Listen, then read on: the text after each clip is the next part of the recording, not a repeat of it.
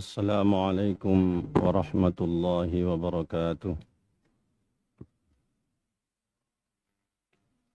الحمد لله رب العالمين والعاقبة للمتقين ولا عدوان إلا على الظالمين. أشهد أن لا إله إلا الله وحده لا شريك له وأشهد أن محمدا عبده ورسوله لا نبي بعده.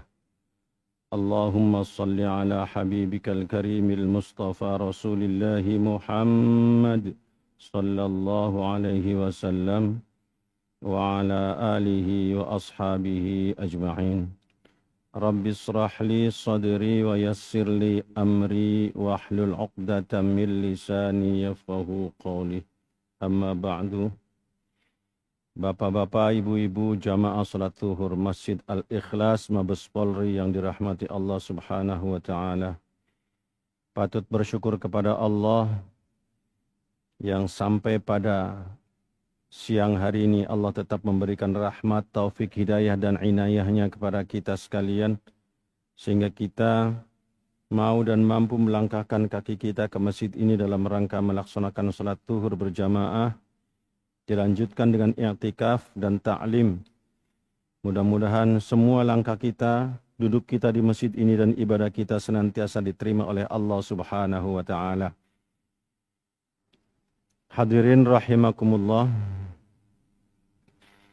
Kali ini kita akan mengikuti nasihat dari Imam Hasan Al-Basri.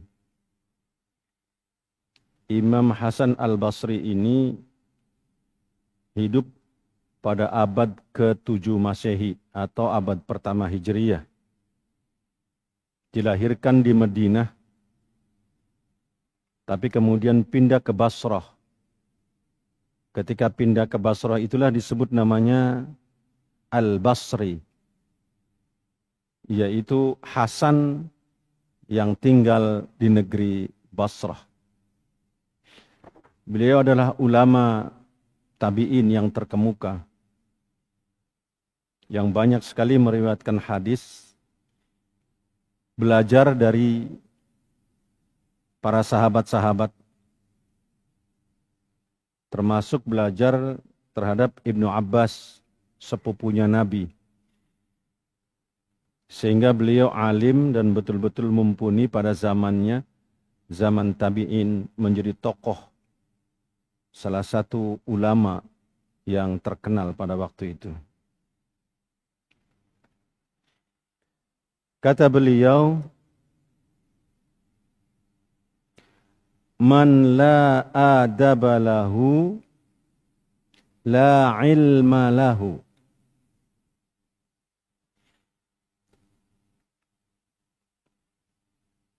Man la adaba lahu ma'allahi ta'ala wa ma'al khalqi la ilma lahu. Barang siapa yang tidak punya adab pada orang itu,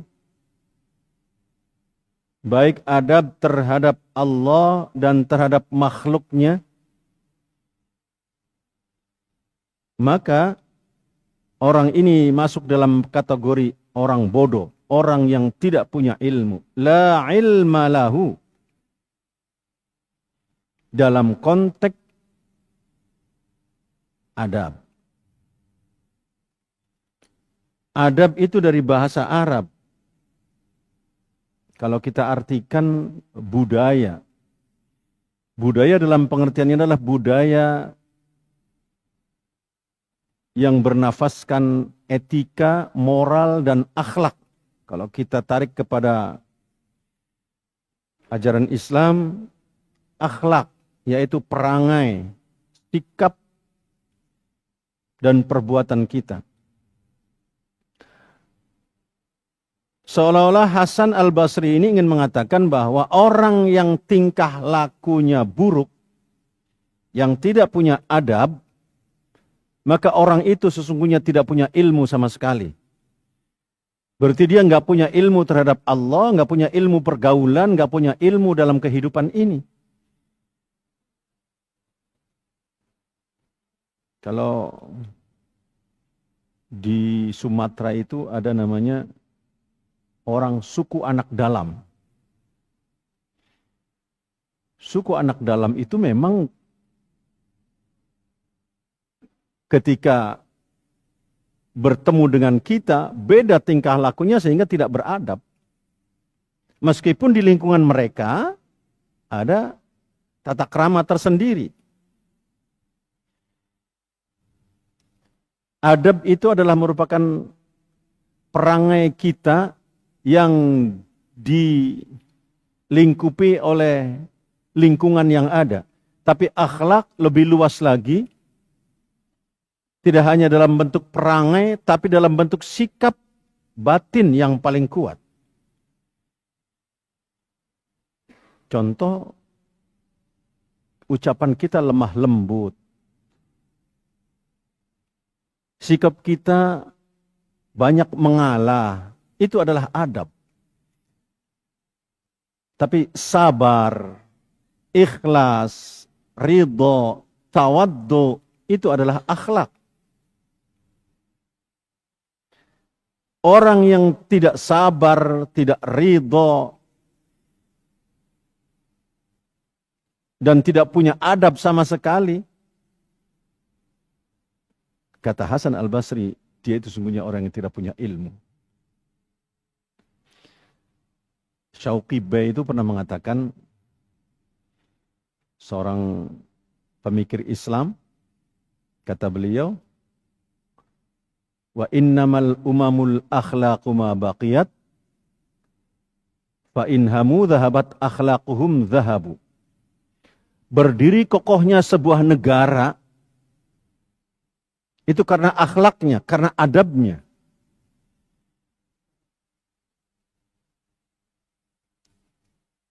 Dan rusaknya sebuah negara ketika akhlak bangsa itu hancur atau rusak. Maka hancurlah bangsa itu. Inilah salah satu mungkin risalah Rasulullah itu mengatakan, kata Rasulullah, bu'ithtu liutammima makarimal akhlak. Saya diutus oleh Allah ke bumi ini, kata Rasulullah, untuk menyempurnakan akhlak. Bagian dari akhlak adalah adab, perangai, atau sikap kita.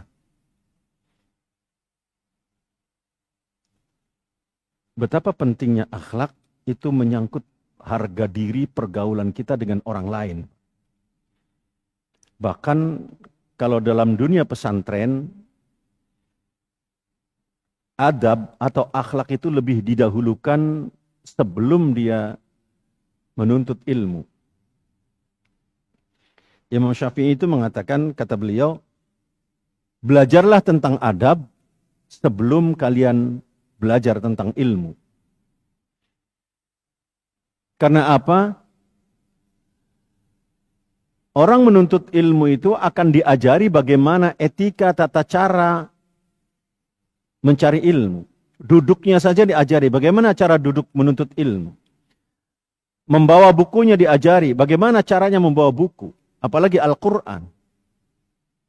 Meletakkan bukunya diajari bagaimana cara meletakkannya. Di mana tempat meletakkannya. Jangan disamakan dengan kaki posisinya. Belum lagi kita bagaimana cara mengambil ilmu kepada guru kita. Atau bagaimana kita menghormati guru kita.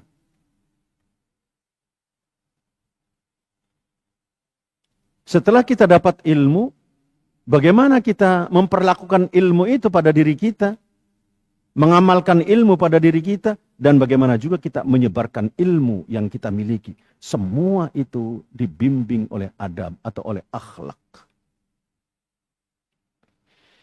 Ketika kita menuntut ilmu tidak punya akhlak,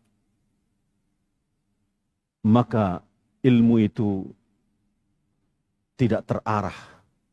Ketika kita punya ilmu dan kita tidak punya akhlak, maka ilmu itu tak terkendali. Banyak orang-orang yang punya ilmu tapi tidak punya akhlak, akhirnya ilmunya adalah untuk kejahatan. Di sini pentingnya adab, pentingnya akhlak. yang akan membimbing kita untuk mengamalkan ilmu yang ada. Maka banyak ulama yang mengatakan adab itu di atas ilmu. Etika, perangai, sikap itu di atas ilmu.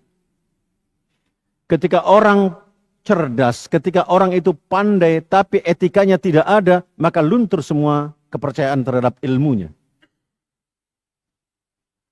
Tapi orang yang akhlaknya bagus, perangainya bagus, sikapnya bagus, meskipun bodoh, dia akan mendapatkan penghargaan dan kehormatan. Maka akhlak menjadi sangat penting dalam pergaulan. Bagaimana akhlak kepada Allah yang di sini digambarkan? Ma'allah wa ma'al khalqi. Akhlak kepada Allah dan akhlak kepada makhluk. Contoh akhlak kepada Allah, Pak.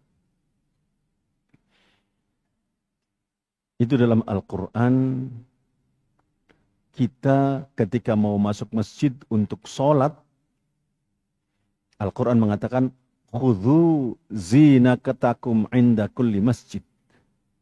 Pakailah pakaianmu yang paling bagus, yang paling sempurna, yang paling indah, ketika kalian akan masuk ke dalam masjid, untuk sholat terutama. Jangan sampai sholat malah pakaiannya training, kaosnya kaos tidak ada lengannya, tapi begitu mau ngadep pimpinan, ganti baju yang bagus, ganti baju yang sempurna, akhirnya terbalik kalau seperti ini. Etika kepada Allah harus kita utamakan, tapi juga etika kepada orang lain tidak boleh kita abaikan. Ini pentingnya beretika atau berakhlak dalam kehidupan kita.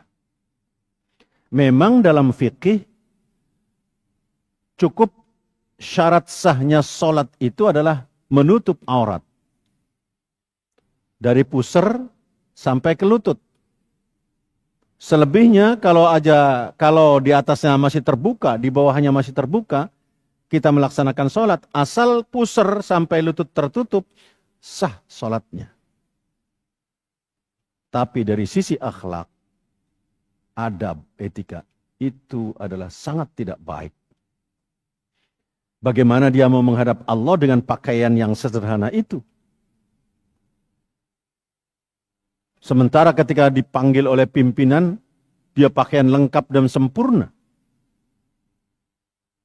Maka terapkan adab ini, terapkan akhlak ini. Akhlak kepada Allah, akhlak kepada manusia. Saya pernah mendengar salah satu nasihatnya dari salah satu ulama kita. Beliau ketika mau makan saja, mau makan, itu dia pakai pakaian yang lengkap, sempurna, kemudian dia baru mendekati meja makan dan makan dengan etika makan yang ada. Ketika ditanya, kenapa Pak Kiai begitu mau makan menggunakan pakaian yang sempurna, pakaian yang lengkap? Dia bilang, pertama kita menghormati makanan. Yang kedua, kita menghormati yang ada di belakang makanan itu. Rizki dari Allah Subhanahu wa Ta'ala. Dan yang ketiga, kita menghormati orang-orang yang di belakang makanan ini, dari mulai petani, pedagang dan sebagainya. Mereka adalah terkait dengan ini semua. Meskipun tidak ada di depan kita, tapi dia layak untuk dihormati dengan pakaian yang lengkap itu. Subhanallah, betapa adab seseorang terhadap makanan. Apalagi ketika dia menemui tamu, menemui orang lain, maka dia akan menggunakan pakaian yang lengkap, karena itu menyangkut adab sikap kita. Dalam surat Al-Furqan itu digambarkan, wa ibadur rahmani alladzina yamshuna 'alal ardi hauna. Hamba-hamba Allah Ar-Rahman yang maha pengasih dan maha penyayang, ketika dia berjalan di permukaan bumi, hauna, dia akan menundukkan wajahnya. Dia akan menundukkan hatinya, tidak sombong, tidak angkuh dan tidak congkak. Wa idza khatabahumul jahiluna, kalau dia diejek, dilecehkan oleh orang-orang bodoh, dihinakan oleh orang-orang lain, qalu salama, maka dia akan mengucapkan salam, yakni mengucapkan kalimat-kalimat kedamaian. Bukan membalas dengan cacian. Bukan membalas dengan yang buruk, tapi membalas dengan kebaikan. Ini diperkuat dengan dalam surat Fussilat. Kata Allah, wala tastawil hasanatu wala sayyi'atu. Tidaklah sama kebaikan dan keburukan. Hal yang berbeda, kebaikan dan keburukan. Idfa' billati hiya ahsan. Buanglah keburukan itu, hadapi keburukan itu, singkirkan keburukan itu. Dengan apa? Hiya ahsan, dengan perbuatan yang lebih baik. Sampai kata Allah, fa idzal ladzi bainaka wa bainahu adawah. Kalau saja kamu dan orang itu terjadi permusuhan, ka'annahu waliyyun halim. Seolah-olah kamu itu dilihat oleh orang lain seperti saudara yang betul-betul rukun, lemah lembut.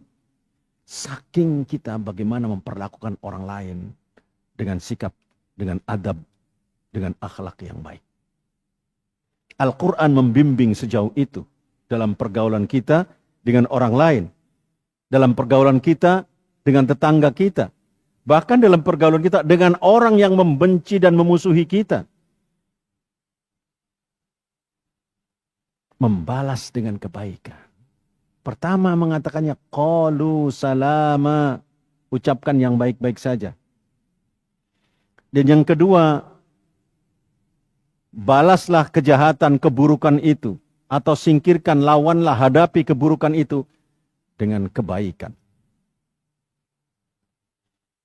Sehingga orang lain melihat ketika kita terjadi permusuhan dengan orang itu, seolah-olah kita itu dalam kelembutan. Masya Allah ini. Coba kalau kita menghadapi pendemo dengan cara seperti ini. Kita terapkan akhlak Rasulullah. Rasulullah itu selalu membalas dengan kebaikan. Segala keburukan dibalas dengan kebaikan. Tidak pernah membalas dengan keburukan lagi. Dan ini yang harus kita terapkan dalam dakwah kita. Amar ma'ruf harus bil ma'ruf. Nahi mungkar juga harus bil ma'ruf. Mengajak kebaikan kepada orang lain harus dengan cara yang baik. Dan mencegah keburukan terhadap orang lain atau dari orang lain, itu juga harus dengan cara yang ma'ruf, dengan cara yang baik. Maka dalam konteks seperti ini, tidak ada tempat bagi ajaran Islam untuk membalas keburukan dengan keburukan. Tapi membalasnya dengan kebaikan. Apapun bentuk keburukannya, kita diajarkan untuk membalas dengan kebaikan. Saya yakin sangat indah kehidupan ini, Pak. Sejahat apapun orang kepada kita, sejelek apapun orang kepada kita, ketika kita membalasnya dengan kebaikan dan kebaikan, maka otomatis orang itu akan berhenti melakukan kejahatannya. Tapi kalau kita balas dengan kejahatan lagi, dia akan bersambut lagi dengan kejahatan yang lebih. Maka untuk menghentikan kejahatan orang lain, cukup dengan membalas kejahatan itu melalui kebaikan kita. Saya yakin kalau ini diterapkan oleh kita semua, hidup damai. Damai hidup itu. Gak ada lagi berbalas kejahatan. Yang ada adalah kebaikan dan kebaikan. Maka kata Hasan Al-Basri, orang yang tidak punya adab, yang tidak mampu membalas keburukan dengan kebaikan, sesungguhnya orang itu tidak punya ilmu. Ilmu kita adalah bagaimana membalas kejahatan orang lain dengan kebaikan. Yang kedua, waman la sabra lahu, dan barang siapa yang tidak punya kesabaran ala tahammulil balaya, dalam menghadapi cobaan bencana, wa adzal khalqi, dan keburukan orang lain, wa ala masyaqqati, dan atas segala sesuatu yang merusak atau merugikan kita, maka la dina lahu, orang itu tidak punya agama. Sabar itu ternyata kunci dari agama ini. Kalau Al-Quran mengatakan, ista'inu bis sabri was shalah. Mintalah pertolongan kepada Allah dengan sabar dan sholat. Kenapa sabar didahulukan? Bukan sholat dahulu. Karena sholatnya sendiri butuh kesabaran. Kalau orang sholat yang gak sabar itu udah cepat sekali. Kayak burung itu mandi sedikit-sedikit itu. Maka kata Allah, wasta'inu bis sabri was shalah. Mintalah pertolongan kepada Allah dengan sabar dan sholat. Sesungguhnya kesabaran itu mengantarkan segala keberhasilan. Contoh ketidaksabaran ini. Ketika kita mengantri,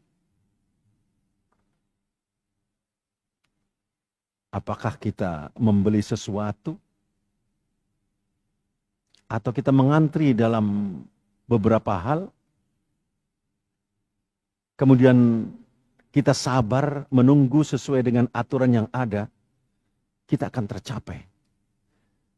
Tapi banyak orang yang nggak sabar saat melakukan itu, kemudian dia melakukan tindakan-tindakan, apakah mencederai orang lain atau menggeser orang lain, menyakiti orang lain, akhirnya menjadi ribut karena ketidaksabaran itu.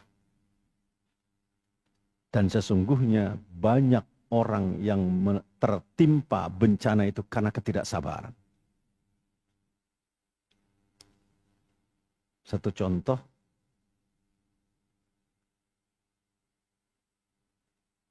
ketika kita menghadapi orang lain yang tidak baik kepada kita, di jalanan, kita sama-sama naik motor, kemudian kita diklakson, klaksonnya nggak bunyi satu kali, dibunyikan terus, kita kemudian tersinggung. Ketika tersinggung, ada orang yang tersinggung karena klakson, mobilnya itu dimundurkan ke belakang sehingga membentur motor-motor yang ada di belakang itu. Menjadi kacau, menjadi ribut karena tidak sabar menghadapi situasi klakson orang lain. Kalau kita sabar saja, kemudian kita malah berpersepsi yang baik, mungkin orang ini buru-buru, istrinya mau melahirkan, atau apa persepsi kita, sehingga kita memberikan jalan kepada dia yang terbaik. Maka semua menjadi indah. Selamat dua-duanya karena kita sabar dalam menghadapi semua itu. Maka kata Hasan Al-Basri, kesabaran itu adalah salah satu nilai agama kita. Bersabarlah dalam segala hal. Ketidaksabaran akan membuat kita kehancuran di masa-masa yang akan datang. Wa man la wara'a lahu, dan barang siapa yang tidak punya sifat wara' anil maharimi wasyubhat, dari hal-hal yang haram dan syubhat, la zulfalahu, maka tidak ada derajat. Orang itu tidak punya harga diri. Warok itu, sifat warok itu sifat menjaga diri dari hal-hal yang haram dan syubhat. Jangankan yang haram, yang syubhat saja dia nggak mau memakan. Apa syubhat itu? Syubhat itu remang-remang antara halal dan haram. Dia tidak mau untuk mengambil itu. Dia tidak mau menerima rezeki yang seperti itu. Dia ingin yang betul-betul jelas-jelas haram. Orang-orang yang seperti ini,